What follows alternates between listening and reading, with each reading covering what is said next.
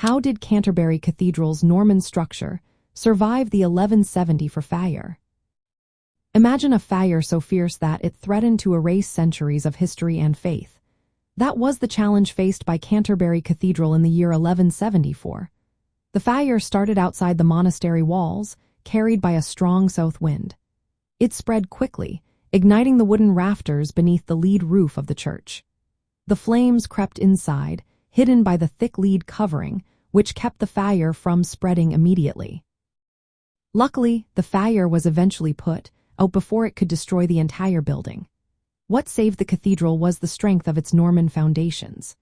The crypt and the outer walls of the choir, which are the areas around the altar, remained standing. These parts of the cathedral were built with large, sturdy stones that could withstand fire better than wood. The outer walls, in particular, were so strong that they were even raised about 12 feet higher during the rebuilding after the fire. The windows kept their original Norman round-headed shape, showing that parts of the original structure stayed intact.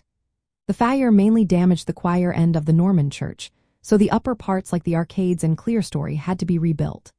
This led to a major change in style, with new Gothic features like pointed arches, rib vaults, and flying buttresses. A French master mason named William of Sens led this work, bringing in the new Gothic style inspired by French cathedrals. The Norman parts provided a solid base for this transformation. This survival was very important for the cathedral's role as a sacred site and a place for pilgrims, especially after the martyrdom of Thomas Becket in 1170. The Norman crypt and walls meant that the rebuilding could happen quickly and with a clear plan. The use of imported limestone from Caen and marble from Purbeck for the new Gothic features created a beautiful contrast with the older Norman stones. This blend of old and new kept the cathedral's history alive while making it more suitable for the needs of worshippers and pilgrims. Thanks to the resilience of its Norman structure, Canterbury Cathedral continued to stand as a major Christian holy site for many centuries, welcoming visitors from all over the world.